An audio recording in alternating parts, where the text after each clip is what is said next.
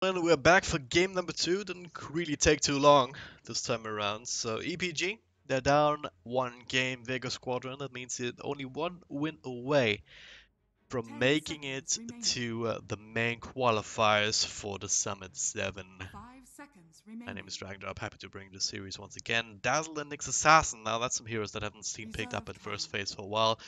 Same for the Darkseer really, I guess, but then again, we have seen that hero a couple of times here and there, especially in Kiev. He made some big plays, setting up for some good combos.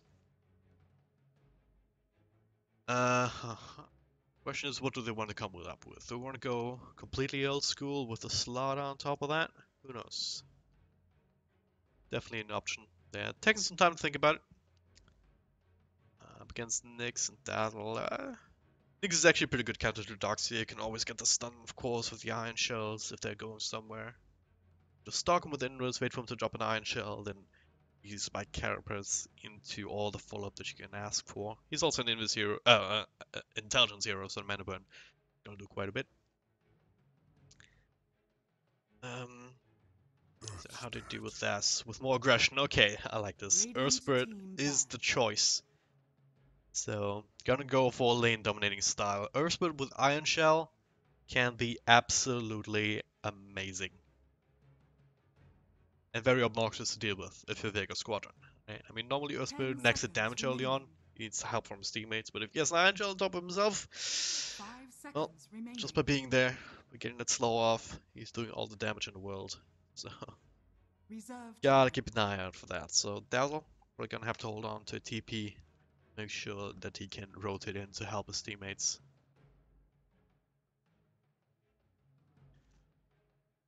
Alright. So, with the Dazzle, could also think about maybe going into some sort of minus armor strat. Weave, pretty good setup for that. And then if you pick up maybe Avenge, go a bit more confrontational yourself, just for his mid-game timing, the power of the Venge aura, and the good levels and whatnot. Always something to keep in the back of your mind, but for now, it's spending time. Element's not wasting any time Radiant taking out the team Juggernaut ban. after the Ursa. Um,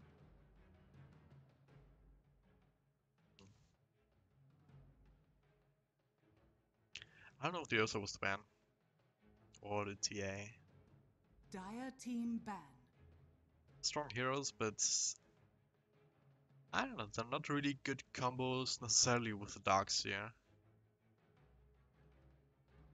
Then again, if you want to start building out combos on Darkseer, you're gonna be here for a while. You just don't have 10 enough seconds fans, I guess. remaining. Huh.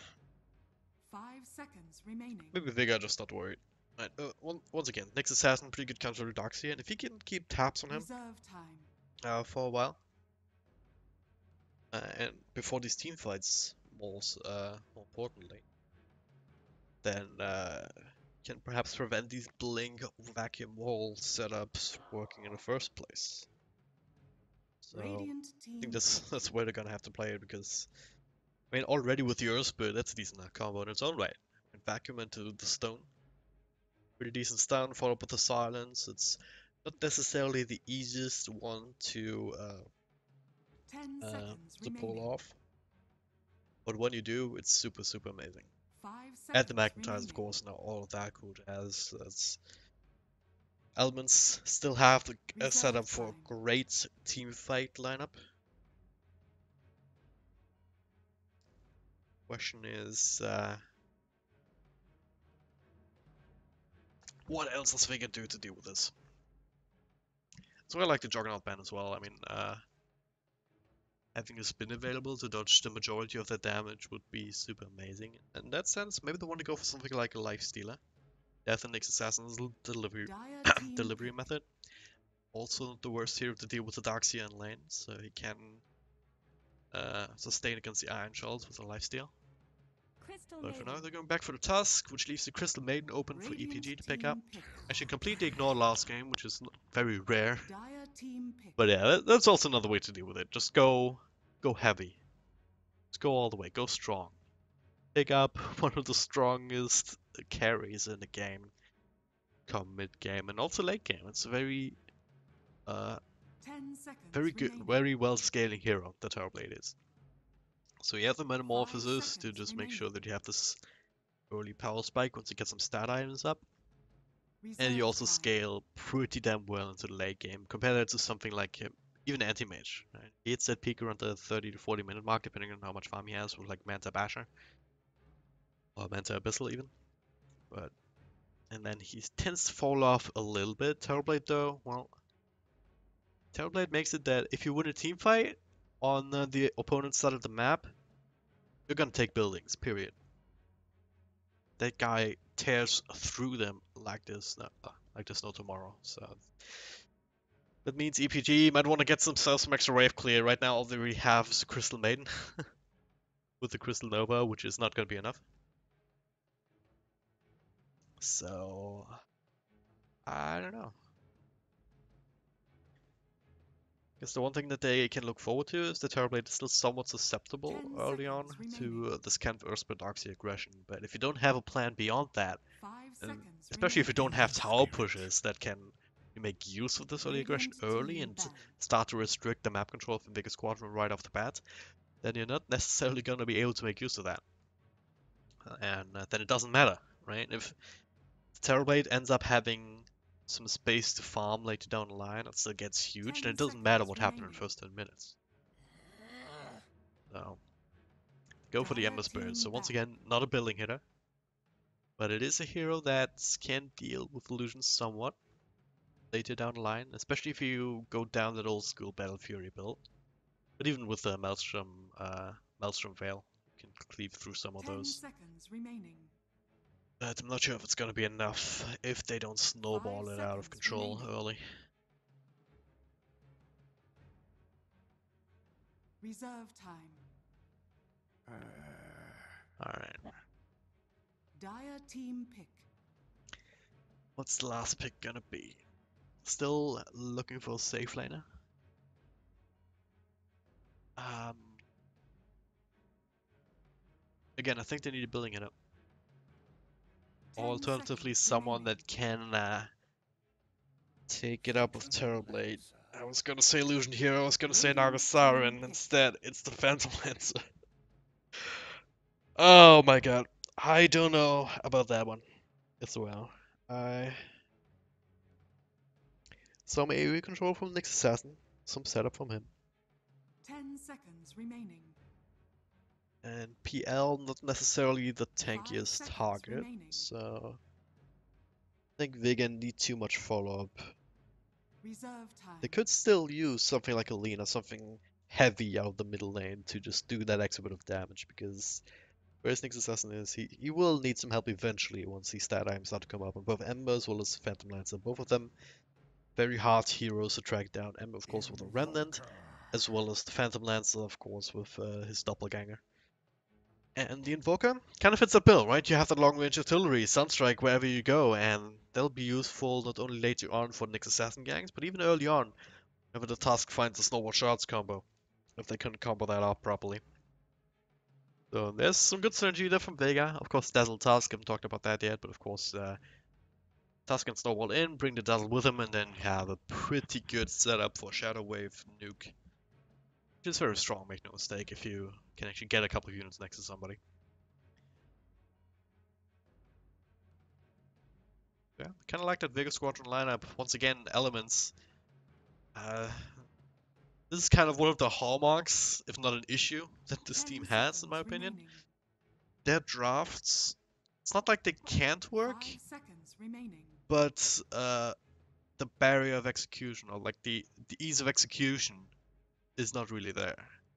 It takes a lot to make this happen. The game plan that Elements Pro Gaming has. And sure, I mean, still these are pro players, right? But at the same time, the easier lineup is, the more reliable uh, it's going to be for you to actually execute on it and not be thrown off by your opponent. So, we'll see how that goes this game, I suppose.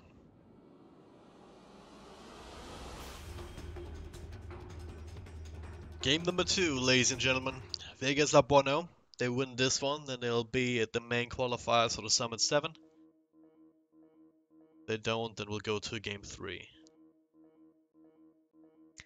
Only standard towers, so sorry. These boring little blocks. So none of these players are supporting esports yet. Drop rage. Yeah. Oh, I don't know if that's just a bug in competitive games, who knows. There's some around the EPG on the dire side. Already smokes and whatnot. Oh, that cool jazz. If anything, EPG is a little bit late to the party. You go down to the bottom lane, have not been spotted out, and it's an interesting one in position 2. These sun strikes, yeah. You want to throw them out. You will get another one in, and it's not that much damage early on. And if you land a very early one, like if you landed this one, worst comes to worst, Mitch could just go back to the base and suck on one of these shrines. He's really worried about losing that health points, those health points. 30 seconds to go. Why not do it, you know?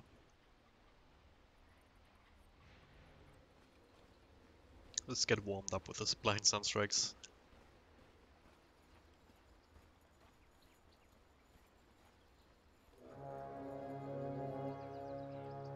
Laning wise, Rayo's actually looking towards the top lane together with Silent on Dazzle. Tusk will most likely join him here for now, just blocking up that creep wave a little bit. Need just a tiny little block before the mid laner can come in and take over. There it is. So G with a good start in that sense. On the other side, yeah, Swift actually ending up the mid here on the Phantom Lancer. Right. That means Ember Spirit is the one in the safe lane this time around. So they made this adjustment, knowing that this aggro triad from Vega is a possibility. Just leave Darkseer up and one up against Afterlife, which is very much Darkseer's favorite. Afterlife will get his levels, but will not be able to prevent the Darkseer from getting his. And Penguin check, is he dead? Is he dead? Not quite. Almost though. Forced to burn through himself as well as a tango and TP to another lane, I guess. If you TP back home, then walk back, that would be absolutely disastrous. So forcing out the lane change immediately. But already burning through a decent amount of consumables on him. If you can get the tango off early, then there's actually no way that the Shadow Poison takes you out. But he was feeling pressured enough to throw down that south before the last tick as well to survive, so that's a good success. And now, deep rotation match, once again, musical lanes being played. No middle lane though, G, okay. Just dodges standby and not dodging anything. Just standing there. Standing still dodge, infamous. Very hard to pull off correctly, but G does it, so. Not sure, oh god. Not sure if they could have gotten the kill either way. Swift ending, not enough mana for for Lance. He's getting some help now. He will have one nuke available. Braun and Gogi. Just walking in, G, a little bit late, slowed down, but Gogi can't quite get in range for the Frostbite, so. A little bit unfortunate. I think they needed to connect with the roll as well as the Spirit Lance. Dire's top tower is under attack.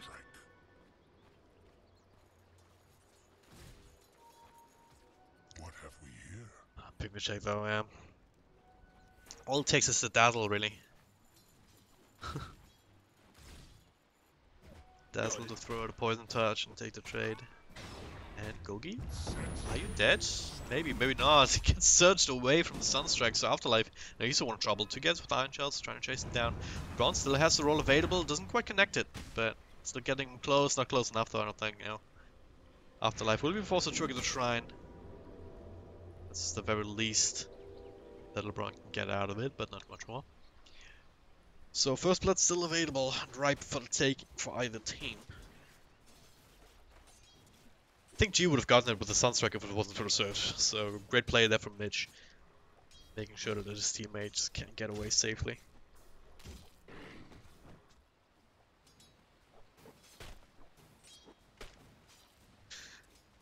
Once again, we see Afterlife being in a matchup up against Pigment Jack. This round though, mentioned last time, Vega had the same kind of lanes where they could kind of play musical lanes and always find a good matchup. But last game they only need to support, rotate their support to do that. This time around it would also really take the Terrorblade to really put the fear into Pigment Jack. I think. I'm not too certain about these matchups because it's not often that you see an Ember Spirit on the side lane. So that's that. Okay, what? Die with me. Not sure if that was planned. I think he got rooted up and then kills. Dire's bottom tower is under attack. Kappa, I guess. Top lane Afterlife. Ron's ready for roll. He's level 2, so he also has the Bold Smash available. And he's set up. Forcing out that Spike Carapace. And now there's a roll coming across. Doesn't quite catch Afterlife. Are fortified. Also doesn't quite catch him with the stones, so... Once again, good dodge. If that stun lands, I think he dies, but... As it stands, still good. Raiden kills tower down bottom. No lasted there. Was being contested enough for Mitch to at least prevent that.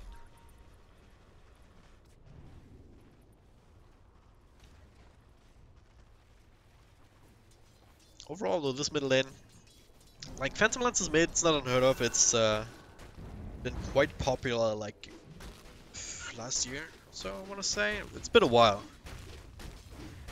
Really bad with these kind of time frames, but it was super popular in SEA for a while.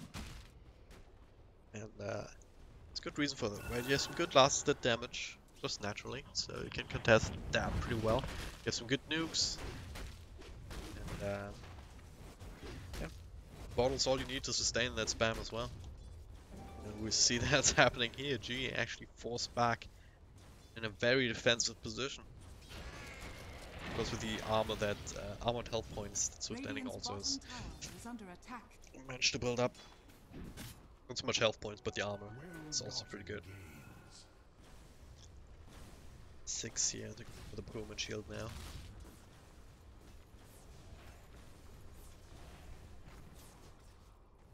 Yeah. So that lane is going well for EPG. They're just doing his thing. He's getting his levels, so it's also good. Pingman check up top. He's the only one who's kind of been struggling a little. Now gets his bottle flow now. But with the lanes kind of slowing, the lane swaps, I would say, kind of slowing down a little bit. He's getting some extra space. So I think it could have been worse for EPG, considering that there's a Tusk on the field. Who's now once again just soaking up some levels in mid, while G is just taking the safe farm in the jungle.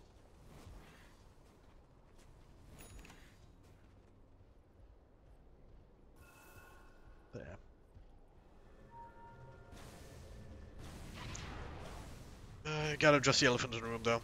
One, next assassin is level 6 and he will find Mitch. He will have enough damage with a Sunstrike and there it is. That'll be the first blood.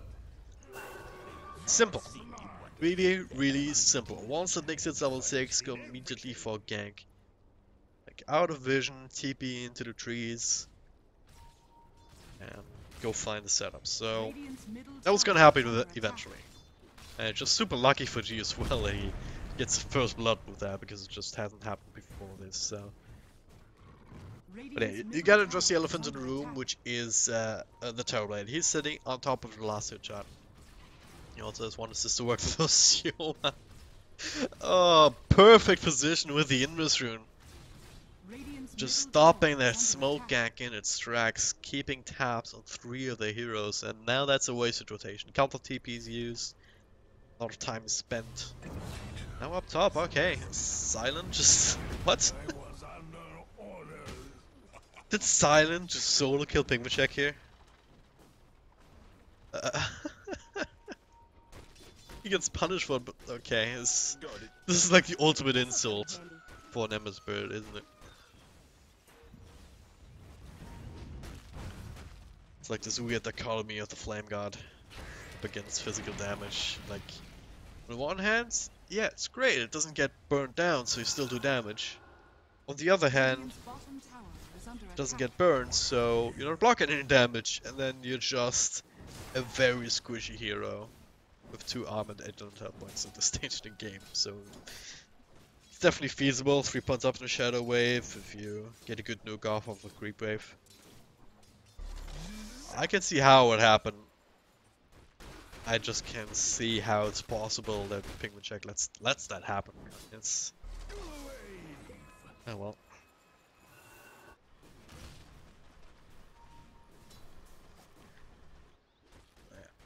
All of that. These kind of plays, if they can keep making those, both Silence, Yoma as well as Afterlife, then it's only gonna work in Vega's favor. Because right now, all they're really looking for is create space for both G as well as the Terrorblade, as well as the Rayo, to just keep farming up. That's all they're looking for right now. So far, EPG is letting them. Right, they're still stuck in the laning stage. It's 9 minutes in. Still have 2 heroes down bottom, 1 mid, and 2 up in the top lane doing stacks and pulls and farming lanes. And maybe that's just an effect of how the side lanes went, with them like switching all the freaking time, and that delaying anything else a little bit. But I feel like you need to look for more. I was putting Crystal Maiden. It's easier said than done, though, I suppose. You also need some levels to really make sure that you can scale with the times. And if you do go in, not get burst down because you're on level 2 or 3. Ganking a level 8 Invoker, so... not an easy situation for EPG to be in right now.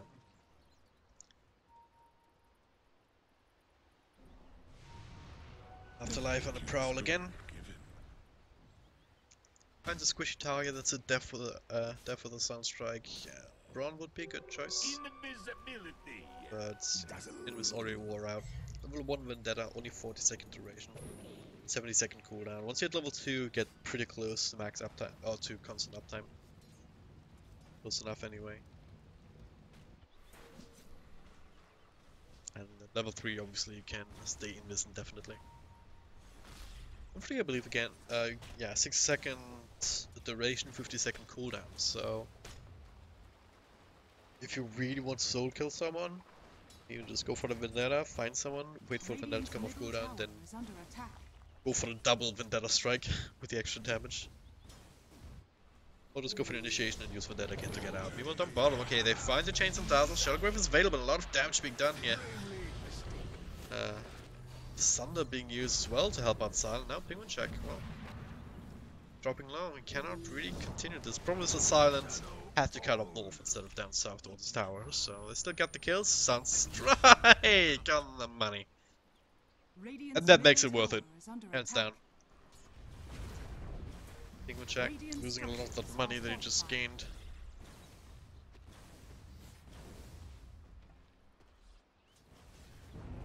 Good amount for Invoker. Now, standing. Okay, was doppelganger once, as I said in the draft. Very hard to lock him down unless you can get the actual stuns off on him first. Or if he burns mana, your Tornado EMP will be a useful tool later. Right now, of course, Quasix Sword is not going to have that available.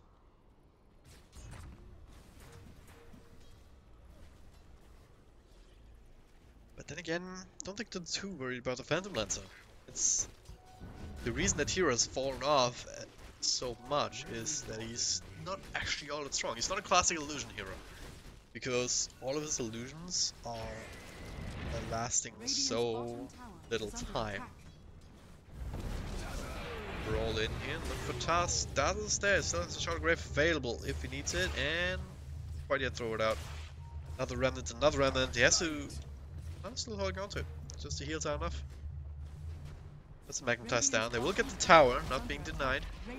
Bottom lane, Mitch got that tower as well. The stun will misses with that. That could have been a great kill. The stun strike this time, not quite in the right position. So overall, even though the magnetizers down, that got with them enough space to get 2 tower kills. The one in mid, and also, as I said, Mitch finishing it off the one down bottom, and now the smoke comes out. EPG looking for more, they draw the line into the jungle, and might find G here, doesn't have a lot of mana to work with. Not a lot of help in his vicinity, so unless he can QQ walk immediately, he should be fine. Yeah, plenty of stuns, plenty of lockdown, plenty of silences, 4 heroes around you, it's just one of those moments, you know. Like, alright guys, we need wards.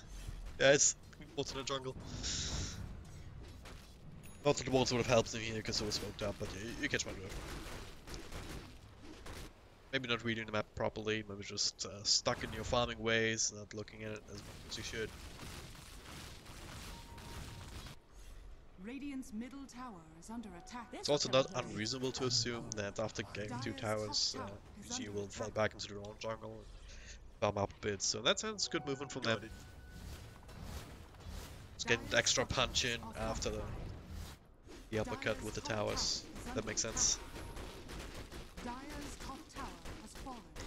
But yeah, back to the Phantom Lancer. There's a reason he's fallen off. He's not a classic illusion hero, so he can't flip push.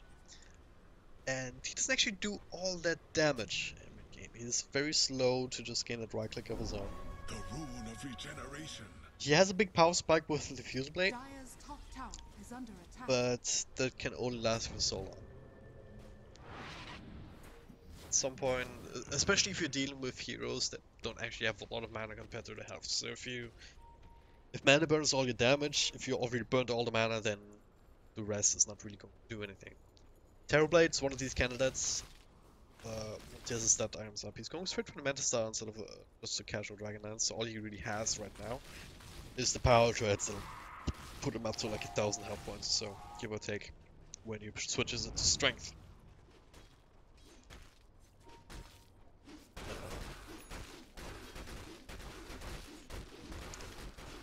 So really gotta wonder how well this Phantom Lancer will be doing forward in this game. There's some AoE to deal with it, mostly on the Invoker though, so if they can take out the Invoker, they can find initiations on him, they should be able to take team fights. And should be able to kite around the Terrorblade enough. It's really hard to call right now, it really depends on how the next 10 minutes go, I want to say, because Terrorblade is starting to get into this realm where you can start taking more towers with the Metamorphosis, not just tier 1s but also tier 2s. This middle tower probably gonna be the next target once that comes off cooldown, unless they see an opportunity up top. Right now, don't have a lot of vision in that general area or in their own jungle. What they have though is still a couple of flashes there from Swift Ending as well as LeBron. Question becomes, what do they want to do? Do they want to trade for the tier 2?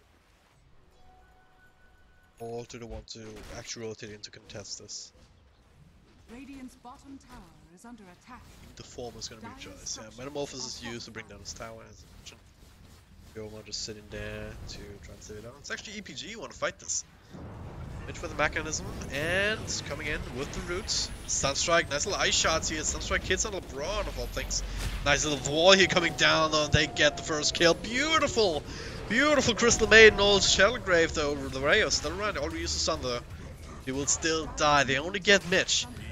And they will lose 4. Silent. It's also being tracked down, so great use of spells. PG pressed all the buttons and it looks like you will be able to ghost walk away. Mentioned it at the beginning of the draft between the Earth Spirit as well as the Darkseer. They have some good team fights. Yeah, they have some good team fight already just between these 2 heroes. And on top of that, a beautiful freezing field that cannot really be cancelled at that point. Plus a little bit of extra Ember Spirit damage even without the Veil. Of course, this game kind of necessitated that he need to look further into it. So going straight for the Boots of Travel, for the farming utility, just bouncing around the map with the remnants and then going straight for a Maelstrom now. Okay, great team fight for them. Get 4 kills, only lose 1. And defend the tower. That's great for map control.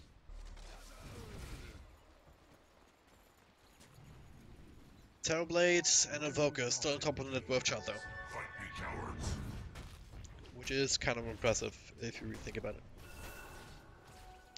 Fight is of course on the Invoker, I mean it's maybe more reasonable. Actually, Terrorblade did go back for a Dragonlance now, so realizing that he does need some of these health points, then going to finish up the Manta, or necessarily want the Hurricane Pike. You have much utility from that necessarily in most games. I don't think this game is one. If you're up against Riki or something like that, you might want to consider 4-staff in a hero like him, but just the stats, having that in melee form, as well as that extra range in when you're in range form, when you're metamorphed, is all the usefulness that you need out of that item. Alright. This could be bad for Vega. They find one, the G in the side, Ghost Walk, but they have to attack him. Right on the sentry there, so he'll be burnt down. Diffuse Blade doing some work, and they also get silent on the side. Fear not your death. It's a great setup to now finally start finishing out this tier 2. They don't have Creeper there just yet though, and we do have we do have a Terrorblade split pushing. If he wants to commit the Metamorphosis, Radiant's middle tower is under yeah, attack. can trade for the tier 2, but EPG has other plans. Once again, they want to fight. They don't want to play the split push game. They don't want to take trades. They want to take kills if they can. There it is, Afterlife. Couple of stuns off, of course G being down. Can't even help with Sunstrikes, not that it would have been enough damage either way. Gem at this point or just sentries everywhere? So one right in the middle of the lane, scouting him out on the edge, so... EPG playing as well. Settling around this power spike from the Phantom Lancer, and it was one. The Phantom Lancer was a Doxia. I mean, those two lanes went well. And they're exploiting that now, just by fighting when they have mech, fighting when they have Diffuse Blade. Bigger Squadron had some time to farm, but they still need more to really get into their territory where you end up with a Terrorblade that just burns everyone, burns through everyone's health in a couple of seconds, essentially. That's what this guy turns into. G as well has the Agram Scepter now, so can cycle through spells if they let him. That's the other thing. Can't be initiated on by a Diffusal Blade Phantom Lancer, but through all his mana. Also, it's not a fun time for any sort of spellcaster. So, they want to set up for this. Amber's Bird, run then forward here, follow with the roll. Silence comes through. Sunstrike down, pick a check, bring him down to half health. Meatball coming through as well. Seoma should still end up falling. Okay, Rayo, he's in the middle of that. He started to right click and go. He will just die to its same for another one, so. Ouch, that's what I was talking about.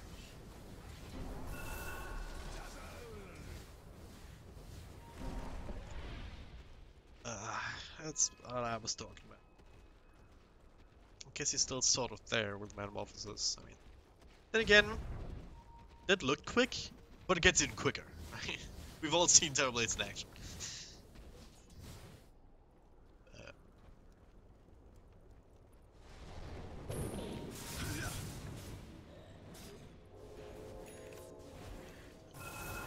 This was one of these fights where they actually had a good angle. It didn't go on the Invoker first, so G was able to throw down some of these controlling spells. It's all down to Penguin Check going aggressive. This'll come in handy. But yeah, hindsight's 2020, I guess. Penguin Check still farming. Same. Phantom Lancer. But let's go for the X, I like that. Oh god, what? What's that? Alright, toppling kills, Yoma and Afterlife setting up into Sunstrike kills, so fairly straightforward. Can picture it in your head, I suppose. Meanwhile, the rest of the EPG, okay, that's opportunity to smoke into Roche, question mark? G will pop it though. Game check with the thing forward, misses the chains though. And yeah, Phantom Lancer kind of also revealing himself with its Spirit Lance.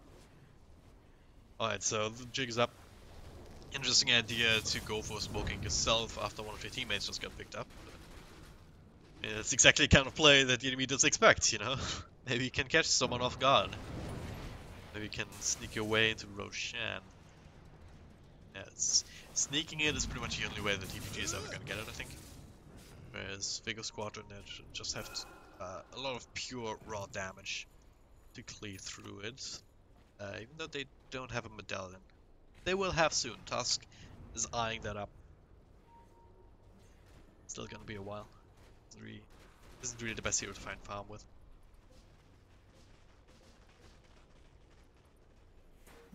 Alright. 3 minutes, every second that goes by, and this tower plate's getting larger and larger. The Rayo. I don't know what he wants to go for next. Well, it's gonna be straight up Skadi if he wants to go for BKB. I would favor the BKB in this game, honestly. It's just so good. You don't care about the Crystal Maiden. You don't care about the Ember Spirit. You don't care about the Phantom Lancer. You don't care about the Earth Spirit. You don't care about Darkseid when you have BKB. So it's kind of a no-brainer. We'll see though. We'll see. Swift ending and annoying him a little bit. Now counter initiation from LeBron. He drops on a Magnetize. And they will cut through Sioma. Silent, vacuum into the wall. He had a nice little stun, cancelling the freezing field, and now the Shallow Grave. I'll cancel the TP though. It's only Silent to get away afterwards. After all. Also still alive and still farming those, so at least they have that. Even check unable to really keep G from it alone. Help on the way though, LeBron. Got an Iron Shell gift from his friend. G's already away. He has enough game sense that he realizes that you can't stick around too long in this bottom lane. Or eventually you will be rotated on.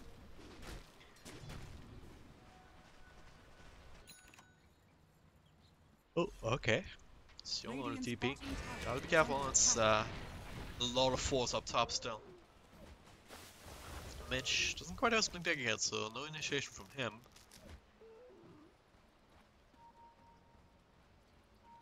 But yeah, Swift ending. You finished up the axe. I was gonna talk about that earlier. It's actually ridiculous. So many bounces off of that, so an instantly annihilated creeper. Watch this. Bam! Bunch of illusions, creepers dead. Do that next to a tower, you also get a couple of free towers in. But that did do a lot of damage, but, you know. It is what it is. And if you get that off in the middle of a team fight, if it's bouncing between heroes, that's, what damage is that? 250 damage on a 6-second cooldown now with his talent as well. So it's pretty good. Also safe creep clear on the waves. Very safe and very fast. Maybe that's one of these unorthodox ways to deal with the Turbo Blade illusions as well. I'm not sure how effective they're gonna be in long stat. He beats up on Turbo Blade, so next up will probably be something like Skadi to tank up these illusions on themselves even more. So it's might not even get to that point honestly though. Vega versus Roshan. And with that, they should be able to claim a couple of tier 2s, and depending on the situation, maybe if you win a team fight, you go high ground. I was talking about that before. If you lose a team fight up against a Terror Blade, he has Metamorphosis going, you're gonna lose buildings, and if they're close enough to the high ground, they're gonna take it.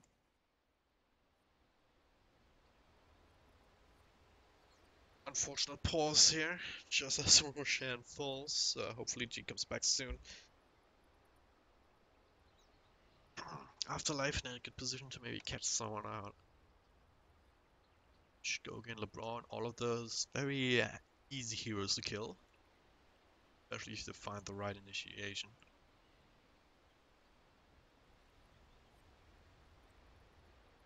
Question is if EP... Okay, look, the curry actually. That'd also be nice. That is the pipe of insight. If you can snipe that, that'd be huge. It's mostly for the Invoker, I suppose, Invoker damage. But not having that pipe will make sure that G will be able to work in these team fights until the courier respawns. So Afterlife, he might decide to go for that courier. At the same time, the fact that the courier is there also means that it's definitely a hero around here.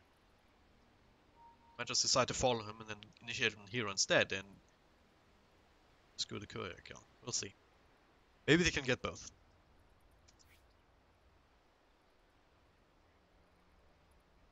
Question is, does EPG know that this is happening? I think with this pause, this is why this is an unfortunate timing. With this pause, they could be thinking about it. Alright, just took Roche, what are they gonna do? Well,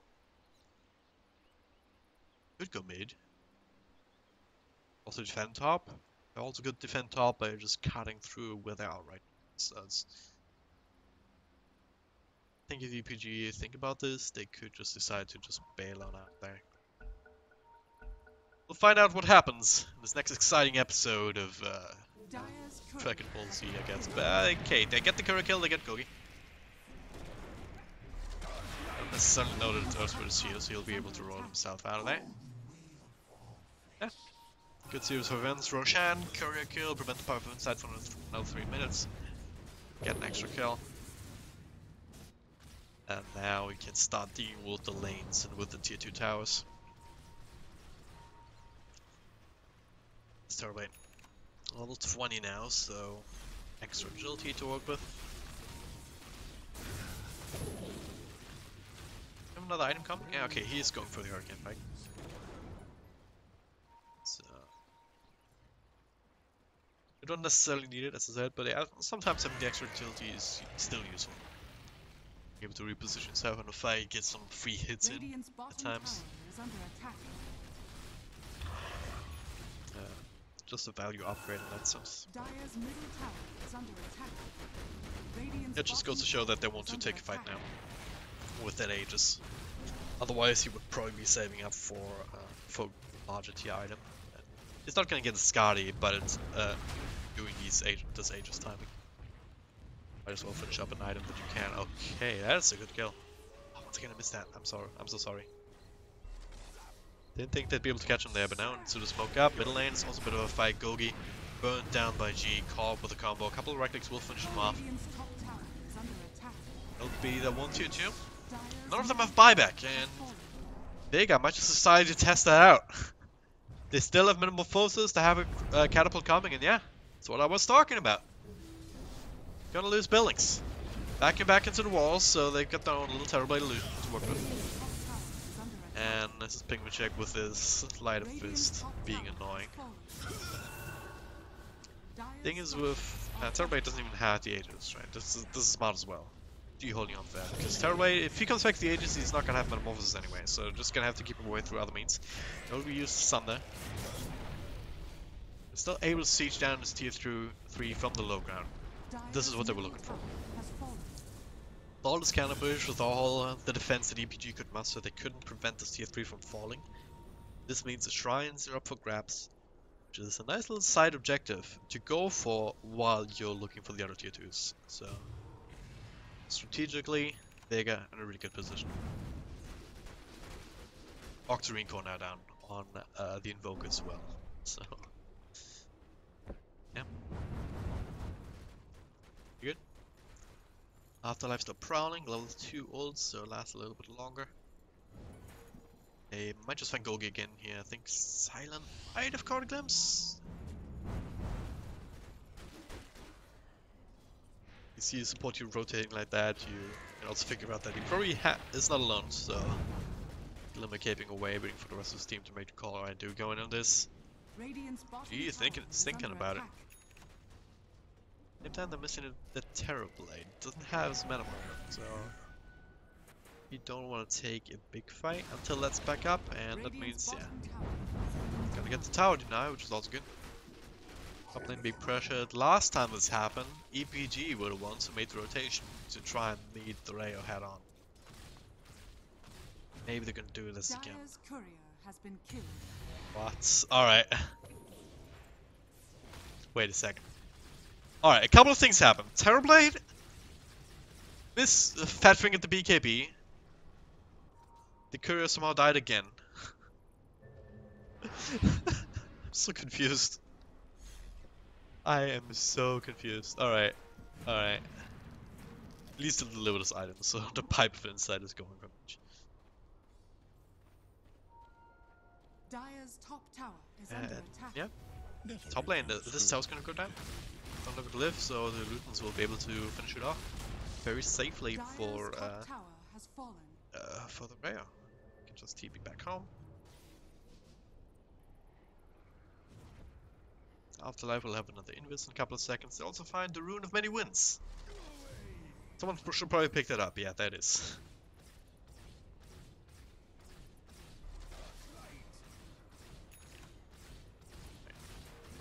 Gets a bottle from his friend. The task bottle to just... it is also one of these super smart plays that you can do. You have a bottle on team, give it to your carry if you find a DD run, so you can save it for 2 minutes or so. Save it up until you need it, until you take a team fight or push. And pushing is what they will do. They want the Rex, they don't want to spend their time with the sides, they just want to take this field right now. Don't have the Aegis anymore, that just now expired, but they have an Angry Terrorblade with Metamorphosis to cleave through this. How to deal with this? If you get close to this, you're just gonna die. Period. There's plenty of help behind him to make sure that he stays alive. As long as Silent doesn't get caught out, he'll be fine. G also, ready to throw down tornadoes. So just gonna go straight to the top. That's 2 racks, more or less BKB to keep him safe and make sure to finish that one off. And Mitch, a couple of right clicks will finish him off. Shrine, barely enough to keep him alive. He a bit of control that Penguin check disarm too, so can't really do too much. LeBron, in the middle of that, they get the spells off. Your freezing field will finally keep them away, and the Rider. Pretty decent Sunder by the looks of it. G, he's rooted. He might actually die here. No Shallow Grave available, so it's gonna be down to the Raider to make the trade of it, and he does. Silent goes. Oh, no. Phantom Lancer goes down, so does Penguin check and Kogi. Also not long for the wall. Gets Search away though, so that's good. Afterlife, looking for the stun, and he gets it. Spike Carapace keep him alive, and 4 stuff down to low ground from his friend, the Terrorblade. And it's just nasty. And this is exactly the kind of situation that EPG could not afford to let themselves get into. They drafted a lineup, once again, it's very hard to execute. So, keep kind of some slack in that regard. But at the same time, they keep drafting these kind of things, right? They drafted this lineup, which had to be super active in the mid game, had to keep the pressure up on the Terrorblade, and they did. Period. Rayo died once this game. 5-1-5.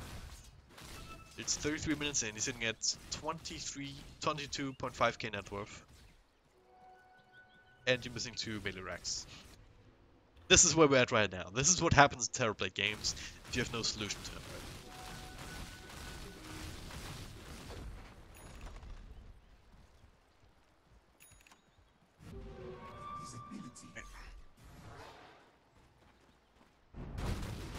This Phantom Lancer, I mean, Fuse Blades are well and good. Agnes Scepter, it's funky, cool item. But it's not a game-winning item. It's not a game-winning hero. Not anymore. It's kind of missed the timing window where he was strong. Still have the Ember Spirit, but again, he was also strong in that same kind of timing window with the build that he went for. Still with the Maelstrom, right? Maelstrom Lincoln's still doable to make something happen. We saw glimpses of that. The one big team fight at itself mid. The same combo was happening top just a moment ago. They got G. Didn't get much else. Now, bottom lane, that's the last remaining tier 3 tower. The Rayo in the front just didn't pump the BKB just yet. Down to half health, still sun available. Now there it is. BKB, right clicks galore, pigment check just scrambling to get out of there. Not gonna be able to make it in time. Now the Sunder on to Mish. He dies. Ember Spirit with immediate buyback, and now that'll force Vega to reset. But, swift ending. Alive, they find themselves a goodie in the side, so Task will fall. He's kind of one of the least important heroes in the lineup right now. Like, looking for G, gets a BKB off. Beautiful stun from Afterlife onto 2. And that's a dieback on the Ember. They get the stun off on the Phantom Lancer too, so he has to buy back too. Yeah, it's just going from bad to worse. They can't approach the Terrorblade. They just can't. It's only swift ending now. The Sunstrike on himself for some reason, but yes, this is it. He's gonna be controlled up and die because he has no defensive utility whatsoever in terms of BKBs or whatnot, and yeah, they have to call it GG. This is just... I saw it coming. I think we all saw it coming. Terrorblade being left alone to farm, this is what happens. It's just textbook Dota in that sense. So EPG, even though they were the ones who dropped Vega into the lower bracket in the first place and best of one yesterday, they couldn't actually repeat that success in a best of three. So they dropped 2 games with some drafts that are, I think that's where they have to start. Right? They have to get some drafts that are easier to execute, that have some more options available to them when things don't go their way. I think that's need to start to change things around. As it stands, it's Vega Squadron who will be joining the other teams in the main qualifiers for the summit. It's gonna start tomorrow, I believe, or today. I don't know. Not today for sure. But yeah, keep an eye on Beyond the Summit Twitter. It's always keeping you up to date. There's also plenty of games left to play today. I believe some Zotag Cup and Epicenter later as well. And China may still be going on. I don't know. Beyond the Summit 1. But for me, for today, I'm done. So thank you guys very much for watching. Hope you enjoyed the cast. As much as I did. I don't generally like solo casting as much as dual casting, but I did my best. I hope you enjoyed it. So, thank you guys very much, and see you next time.